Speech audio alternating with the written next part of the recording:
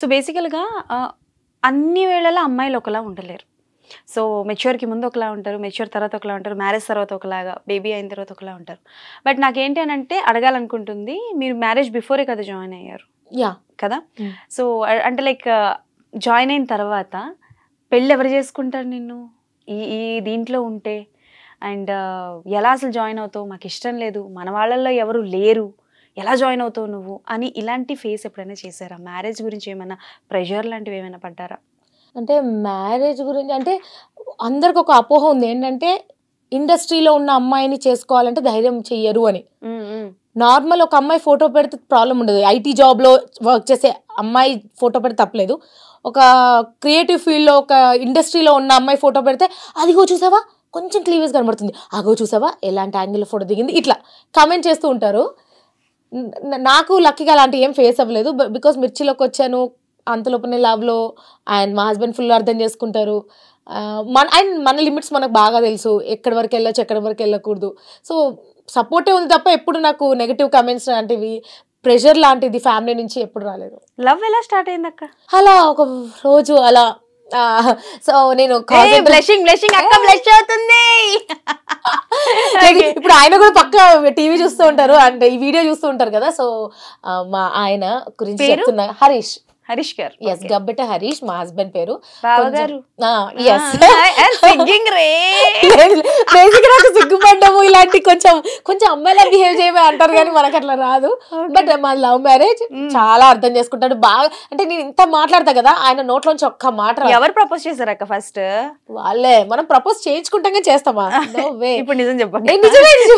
నిజంగానే తనే on the way వెళ్తున్నాడు, ఫుల్ వర్షం పడుతుంది. సో బైక్ మీద వెళ్తూ సడన్ గా కాల్ చేశాడు. ఏంటి చెప్పు అంటే, నాకు బాగా నచ్చిన మాట ఏంటంటే అందరు ఐ లవ్ యూ అంటారు కదా, కానీ తను మాత్రం ఐ వాంట్ మ్యారీ యూ అన్నాడు. ఇప్పుడు హార్ట్ సింబల్స్ వేసుకోండి ఇక్కడ, అది శంకర్ గారి పాట.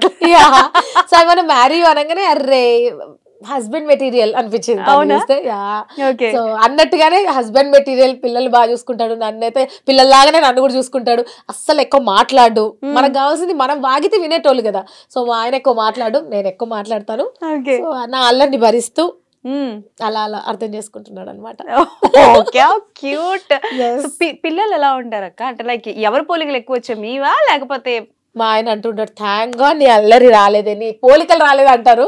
సో మా అబ్బాయి ఏమో చాలా మా హస్బెండ్ లెక్కనే, పాప మాత్రం డ్రామా క్వీన్. అసలు జెరాక్స్ కాపీ, మామూలు డ్రామా కాదు. నేనే ఏంట్రా ఇది ఇలా ఉంది, ఎవరు మీరంతా అన్నట్టు ఉంటది. బాగా నాటి అల్లరి. నా ఇన్స్టా ఫాలోవర్స్ లో నాకన్నా మా పాపకు ఫాలోవర్స్ ఎక్కువ. తన బర్త్డేకి రీల్ పెడితే, మొన్న ఫ్యాన్ మీట్ అరేంజ్ చేశాను నేను. నాకు గిఫ్ట్స్ కంటే నా పాపకి గిఫ్ట్స్ ఎక్కువ వచ్చాయి. దానికి అక్క శ్రేష్టకి గిఫ్ట్ ఇవ్వు, అక్క స్పెషల్గా ఈ చాక్లెట్స్ శ్రేష్ట కోసం అని చెప్పి దానికి ఎక్కువ చాక్లెట్స్ వచ్చాయి. ఎందుకంటే క్యూట్ గా మాట్లాడుతుంది, మన క్రియేటివిటీ గట్టిగా వచ్చింది, దానికి అల్లరి వచ్చింది. సో దానికి ఫాలోవర్స్ ఎక్కువ. పాప ఫుల్ అల్లరి, బాబు ఎప్పట్లానే కొంచెం కాము. ఇదే వాణి కొడుతుంది, వాడు భరిస్తాడు. అదే నడుస్తుంది. మగపిల్ల నాకు భరించాలి కదా. అంతే కదా, అల్లరి మాత్రం పాపది బాగుంటుంది. బేసికల్ గా కొన్ని క్యారెక్టర్స్ ఉంటాయి మన తెలుగులో మూవీస్ లో. కోల్సర్ల గారు, తెలంగాణ శకుంతల గారు, తర్వాత మన సూర్యకాంతం గారు, ఇలాంటి క్యారెక్టర్స్ ఉంటాయి కదా. మీకు అవకాశం వస్తే ఒక సిరీస్ లెక్క చేయాలి అనుకుంటే ఎవరి క్యారెక్టర్ ని మీరు ఓన్ చేసుకొని చేస్తారు? కోవేశ్వర్ల గారు నా ఫేవరెట్ తెలుసా. ఎందుకంటే ఆ మూవీలో ఒక మూవీ ఉంటుంది, క్షేమంగా వెళ్ళి లాభంగా రండి సినిమాలో కోవేశ్వర్ల గారు ఏమండి జోడా కలపాలా అంటది, సోడా కలపాలా అనేదాన్ని. ఇంకోటి బ్రహ్మానందం గారికి ఆ టప్పు టప్పు టప్పు ఆ టప్పు టప్పు టప్పు అని పౌడర్ వేస్తారు. ఇంకా మనం దేశముద్రు మూవీలో ఇంత ఆవకాయ మీద నెయ్యి వేసుకుని దేవుడా, ఆ ఎక్స్ప్రెషన్ కానీ నాకు ఎంత ఇష్టమో. అంటే నన్ను ఇన్స్పైర్ చేసిన కమీడియన్ అంటే కనుక కోవేశ్వర్ల గారు. సో అవకాశం వస్తే ఆవిడ గారు లాగా దున్నేయాలని నాకు చాలా ఇష్టం. అండ్ నేను బాగా ఎంజాయ్ చేస్తాను. ఇప్పటి వరకు జోక్ అంటే ఒకరిని కొట్టడము లేకపోతే కమెంట్ చేయడం కాదు, ఆవిడ ఎక్స్ప్రెషన్లు ఆవిడ బాడీ లాంగ్వేజ్ కానీ ఒక సీన్ ఇస్తే దాంట్లో ఇన్వాల్వ్ అయిపోతుంది. ఏం లేదు, మేము బస్సులో వెళ్తుంటే ఒక వెధవ నాకు సైట్ కొట్టపోయాడు, వానికి క్లాస్ వచ్చేసరికి లేట్ అయ్యింది. అంత బాగా చెప్తారు ఒక రోల్ ని. నాకు తనంటే చాలా ఇష్టం. ఇది హిప్, ఇది hop. Okay, so 10 years of journey RJ. నాకు తెలిసి చాలా మంది ఆర్టిస్టులు వస్తూ ఉంటారు, డైరెక్టర్లు కూడా వస్తూ ఉంటారు, మీ టాలెంట్ అందరికీ తెలుస్తుంది. బట్ ఇప్పటి వరకు 70mm లో ఒక మంచి క్యారెక్టర్ రాకపోవడం గల రీజన్ ఏంటక్క? మన టాలీవుడ్ ఇండస్ట్రీలో ఒక మూవీలో అవకాశం రావాలంటే 90%, 99% టాలెంట్ ఉన్న 1% అదృష్టం ఉండాలి. అండ్ ఇంకొక 1% వెనకాల బ్యాక్గ్రౌండ్ ఉండాలి. బ్యాక్గ్రౌండ్ పక్కా ఉండాలంటారా? ఉండాలి కదా. అంటే ఇప్పటివరకు నాకు తెలిసి ఇప్పుడు హీరోలు అంటే కింద స్థాయి నుంచి పైకి వచ్చిన హీరోలు ఇప్పుడు కనిపిస్తున్నారు, కనిపించని వాళ్ళు ఇంకా చాలా మంది ఉన్నారు. ఆర్టిస్ట్ అవుదామని ఇండస్ట్రీకి వచ్చిన వాళ్ళు ఇంకా చాలా మంది ఉన్నారు.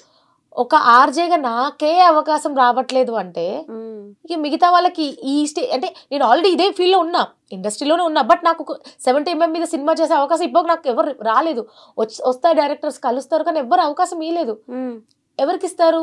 వాళ్ళకి తెలిసిన వాళ్ళకి. ఫస్ట్ చెక్ లిస్ట్ అంటారు కదా, సో అందులో తెలిసిన వాళ్ళకి క్యారెక్టర్స్ అన్ని వెళ్ళిపోయాక 1, 2 ఉంటే ఆ ఒక్క దానికోసం మన స్టూడియోలో చుట్టూ తిరిగే వాళ్ళు చాలా మంది ఉంటారు.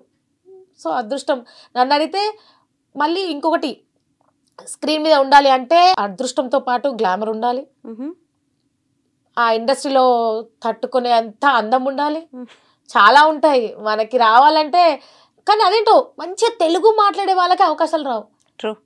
నేను తెలుగు అమ్మాయిని, నేను తెలుగు ఇప్పుడు తెలుగు హీరోయిన్స్కి అవకాశాలు రావు అన్నట్టే తెలుగు అమ్మాయిలకి యాంకరింగ్ ఛాన్సులు రావు, తెలుగు మాట్లాడే వాళ్ళకి న్యూస్ రీడర్ ఛాన్సులు రావు. ఇది నిజం. నేను ఇంత బాగా తెలుగులో మాట్లాడతా, మరి నాకెందుకు అవకాశం రాలేదు?